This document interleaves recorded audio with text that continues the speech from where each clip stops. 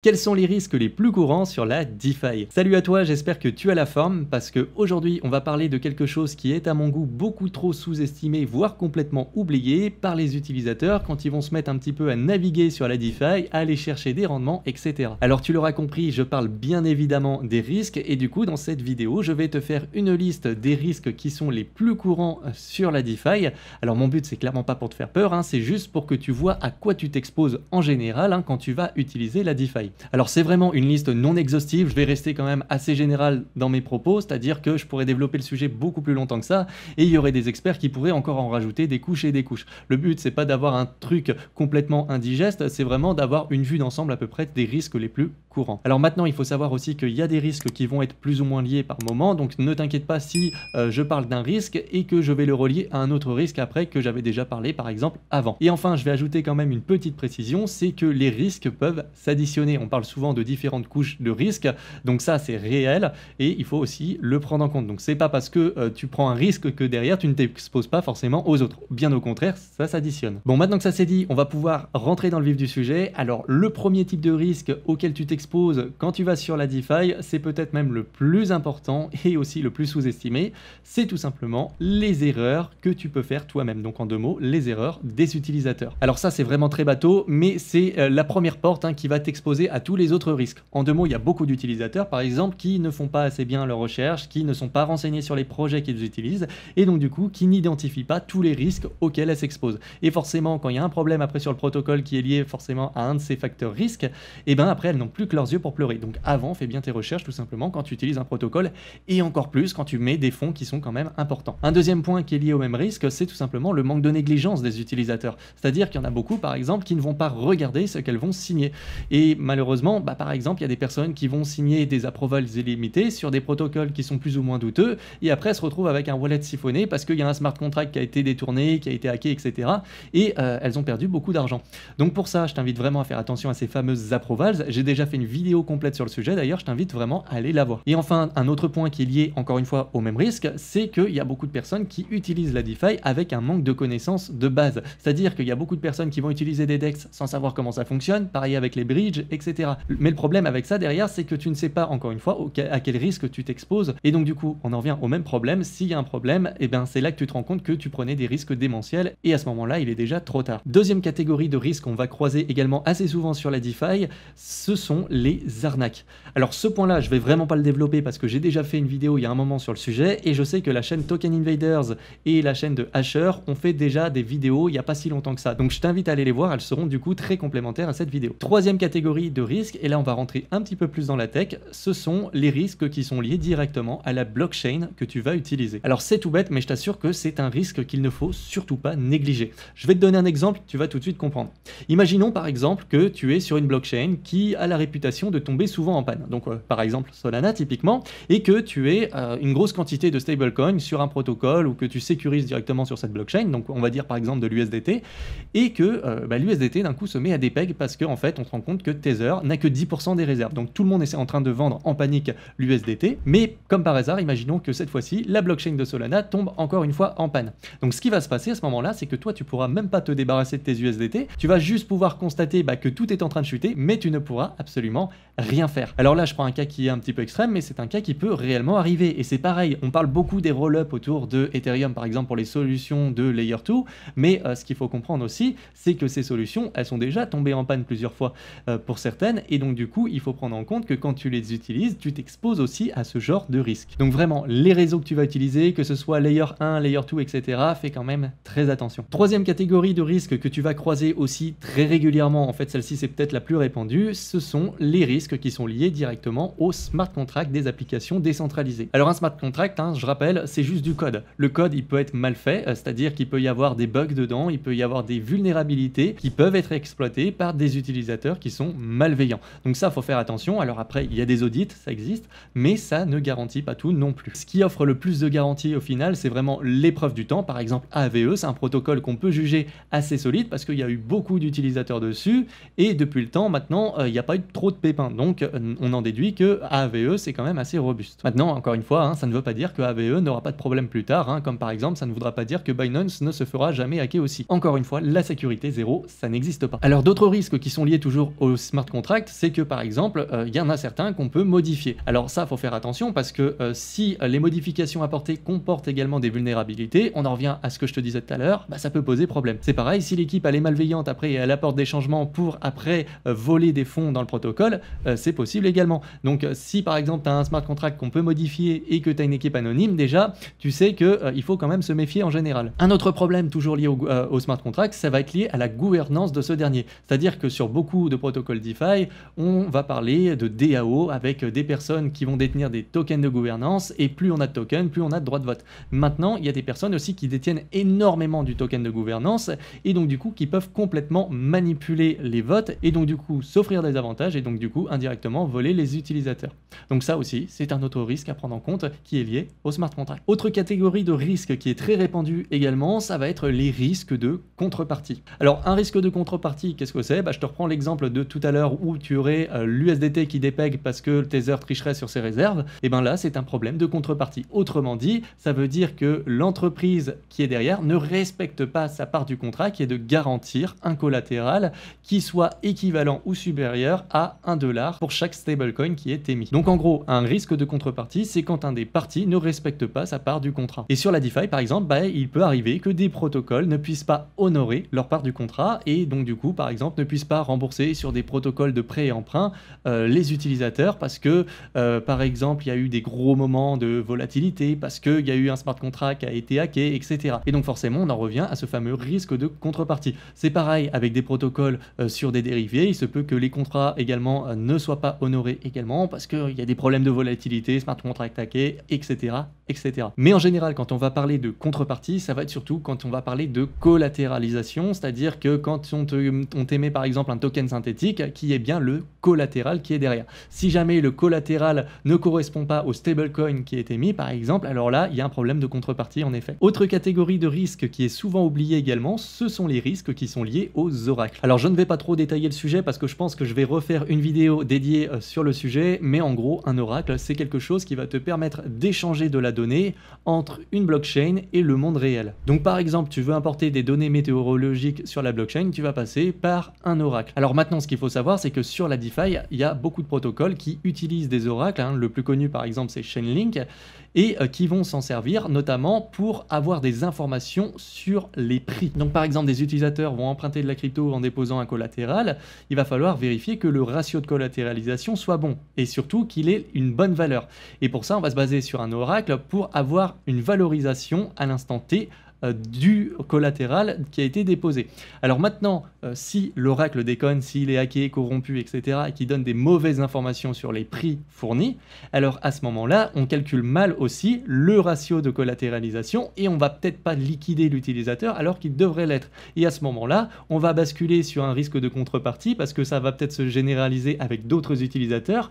Et donc du coup, s'il n'y a pas de liquidation qui devrait être et que le prix de leur collatéral continue de baisser par rapport à la quantité qui a été prêtée après, et bien là on a un gros problème. Alors c'est peut-être un petit peu compliqué pour certaines personnes, mais en gros les informations qui sont données par les smart contracts, si elles sont mauvaises, ça peut avoir des conséquences qui sont très négatives du coup sur les protocoles DeFi. Autre catégorie de risques maintenant, ce sont les risques liés à la centralisation. Alors très souvent, blockchain, DeFi, on dit ouais c'est décentralisé, etc. Alors maintenant, il faut comprendre qu'il y a toujours des facteurs de centralisation. La décentralisation 100%, ça n'existe pas, d'accord? Il y a toujours des trucs qui vont faire que c'est plus ou moins centralisé. Maintenant, il faut savoir à quel degré, et il faut savoir identifier les facteurs de centralisation. Alors je vais t'en donner du coup quelques-uns. Alors déjà premier point, la blockchain que tu vas utiliser. Il y a des blockchains qui sont plus décentralisées que d'autres. Tu te doutes bien que si tu utilises Solana ou par exemple Ethereum, il y en a une qui est beaucoup plus décentralisée que l'autre. Deuxième point, il y a aussi des droits administrateurs qui sont donnés sur certains protocoles qui sont beaucoup plus importants. C'est-à-dire qu'il y a certains protocoles DeFi, j'ai vraiment envie de mettre ça entre guillemets, où en fait ils sont tenus juste par un wallet multisignature, 3 pour 5 par exemple. En deux mots, il y a 3 utilisateurs qui ont les pleins pouvoirs sur le protocole, c'est-à-dire qu'ils peuvent le mettre en pause, ils peuvent gérer les fonds des utilisateurs comme ils veulent, si 3 personnes se mettent d'accord. Donc ça, c'est quelque chose qu'il faut prendre en compte. Donc si tu as une équipe qui est anonyme ou par exemple que cette dernière comporte des membres qui ont l'habitude de voler et qui sont un peu louches, tu te doutes bien que c'est peut-être pas une bonne idée que d'utiliser leur protocole. Autre facteur de centralisation que tu peux aussi prendre en compte, ce sont tout simplement les stablecoins. Alors pas tous, mais il y a des stablecoins qui sont centralisés. Je te prends les deux plus connus, l'USDT et l'USDC USDC, bah, forcément derrière tu as l'entreprise Circle et tu as l'entreprise Tether qui sont derrière. Donc ça veut dire que s'il y a un problème avec ces stablecoins qui veulent geler les fonds d'une adresse pour X ou Y raison, ils le peuvent. Et ça, bien que tu sois sur un protocole le plus décentralisé qui soit, si tu utilises ces stablecoins, c'est un facteur de centralisation à prendre en compte également. Autre facteur de centralisation, ça peut être les liquidités liées au protocole. Donc par exemple, tout à l'heure je te parlais de gouvernance où certains utilisateurs concentrent la majorité des tokens de gouvernance, bah ça c'est un facteur aussi de centralisation. Un autre point également qu'on pourrait prendre en compte, bah, c'est que sur un protocole, ce soit un utilisateur qui est la grande partie des liquidités qui sont dans les pools, et dans ce cas-là, il peut aussi un petit peu manipuler le marché. Donc ça aussi, c'est un facteur de centralisation qui peut mener à certains problèmes. Autres risques qui sont très courants sur la DeFi, et j'en ai déjà parlé plusieurs fois dans cette vidéo, ce sont les risques qui sont liés aux stablecoins. Et oui, mine de rien, derrière les stablecoins, il y a vraiment plusieurs risques qui sont cachés. Alors, on a vu le risque de contrepartie, mais il y en a d'autres. On pourrait parler du risque réglementaire, hein, par exemple, et tu verras que celui-là, je vais le redétailler tout à l'heure. Mais ce qu'il faut comprendre, c'est que certaines entreprises, comme Tether, Circle, etc., bah, les régulateurs peuvent leur mettre des bâtons dans les roues. Et ça peut même les forcer à mener certaines actions qui sont un peu désagréables pour les utilisateurs. Ça, il faut l'avoir dans un coin de la tête. Je dis pas que ça va se passer forcément, mais c'est un risque, encore une fois, à prendre en compte. Et d'ailleurs, au passage, hein, ce que je suis en train de te dire, ça renvoie aussi au risque de centralisation. Et un autre risque qu'on peut prendre en compte avec les stablecoins et la centralisation, ben, c'est que les actifs qui sont en collatéral, qui sont censés backer le stablecoin, ben, bien souvent, par exemple, on a de la dette d'État, on a du cash, etc. Mais tout ça, c'est dans des banques. Si des banques font faillite, comme on l'avait déjà vu, comme ça avait été déjà le cas et ça avait fait une grosse panique par rapport à l'USDC, eh ben, ça peut poser problème également. Il faut bien s'en rendre compte. Donc derrière, à chaque fois, il y a différents facteurs de risque qui peuvent s'étendre à même en dehors de la DeFi. Et donc ça, faut vraiment, encore une fois, le prendre en compte. Bon, j'ai aussi parlé des risques réglementaires. J'ai dit que j'allais en reparler, donc on y est. Alors oui, les risques réglementaires sont à prendre en compte également. Je dis beaucoup de fois à prendre en compte dans cette vidéo, mais je crois que c'est obligatoire. Alors j'avais dit que je détaillerais un peu plus le risque réglementaire. Et ben on y est parce qu'il y a quelques points vraiment qu'il faut aborder. Alors déjà, pour commencer, il faut comprendre que la DeFi, par les régulateurs, c'est vu de façon un petit peu opaque, hein, qu'ils comprennent pas trop. Ils voient qu'on peut potentiellement blanchir de l'argent, et ça ils aiment pas du tout. Alors je vais prendre un exemple tout de suite pour illustrer ça. On va prendre l'exemple de Tornado Cash ou encore plus récemment celui de Samurai Wallet, hein, sur la partie mixeur. Alors je vais pas rentrer dans le détail de ces applications, mais en gros c'est pour avoir plus de confidentialité, hein, pour regagner en confidentialité sur nos wallets, sur nos adresses, etc. Et ça, bah forcément, ça ne leur plaît pas du tout. Pourquoi? Parce qu'il y a des utilisateurs qui utilisent ça pour blanchir de l'argent. Néanmoins, il y a des personnes aussi qui utilisent ça juste pour regagner en confidentialité, pour pas qu'on relie toutes leurs adresses, parce qu'ils veulent pas, par exemple, que leurs collègues voient le solde de leur wallet parce qu'ils ont fait une donation à quelqu'un pour un pot de départ, etc. Donc, c'est quelque chose qui peut s'entendre, et moi, personnellement, j'ai rien contre ça. Au contraire, je trouve ça même très sain. Néanmoins, voilà, il y a des mauvaises utilisations qui ont été faites, et de mon point de vue, les régulateurs, comment ils voient ça? Bah, c'est comme si on condamnait des fabricants de couteaux parce que quelqu'un a attaqué une autre personne dans la rue avec un couteau. Et pour moi, c'est pas logique. On condamne la personne pour l'acte, hein, c'est ce qui se passe normalement dans la vie réelle, et le fabricant de couteau, on va pas lui reprocher d'avoir fabriqué un outil, parce qu'à la base, on peut l'utiliser pour cuisiner aussi, le couteau. Et ben, c'est exactement la même chose, en fait, avec ces outils de confidentialité. Néanmoins, le régulateur, ce qu'il faut comprendre, je me suis un peu étalé là, mais en fait, le régulateur peut voir ça d'un mauvais œil. Donc, faut faire attention, c'est-à-dire que si tu utilises des applications comme ça, potentiellement, après, tu peux te retrouver avec une adresse blacklistée, et donc, du coup, qui ne passe plus sur les exchanges. Donc, je t'invite quand même à garder ça dans un coin de ta tête, hein. Je te dis pas de ne pas l'utiliser, ce genre de service, mais quand tu les utilises, utilise-les vraiment en connaissance de cause. Autre point également qu'il faut prendre en compte, alors là, c'est l'éternel débat avec Ripple, par exemple, mais il y a certaines cryptos qui sont considérées pour le moment par la SEC comme des security tokens. Alors là, il y a l'affaire Ripple qui devrait faire jurisprudence, et c'est pour ça que tout le monde est derrière Ripple, même si personne n'aime cette crypto quasiment. Mais ce qu'il faut comprendre, c'est que si il y a des cryptos qui sont basculés en security token, alors à ce moment-là, les projets vont devoir payer de lourdes amendes, hein, pour la plupart. Il y en a beaucoup qui seront dans ce cas-là, et donc du coup, ça risque de les couler complètement. Donc si tu utilises ces protocoles, si tu as de la crypto sur ces protocoles-là, ou que tu gardes le coin en question ou le token d'un protocole, bah, ça peut te poser problème, encore une fois, avec ce risque réglementaire. Autre point également, toujours dans ce risque réglementaire, c'est qu'il y a certaines cryptos, comme je te l'ai dit, qui ne sont pas trop aimées.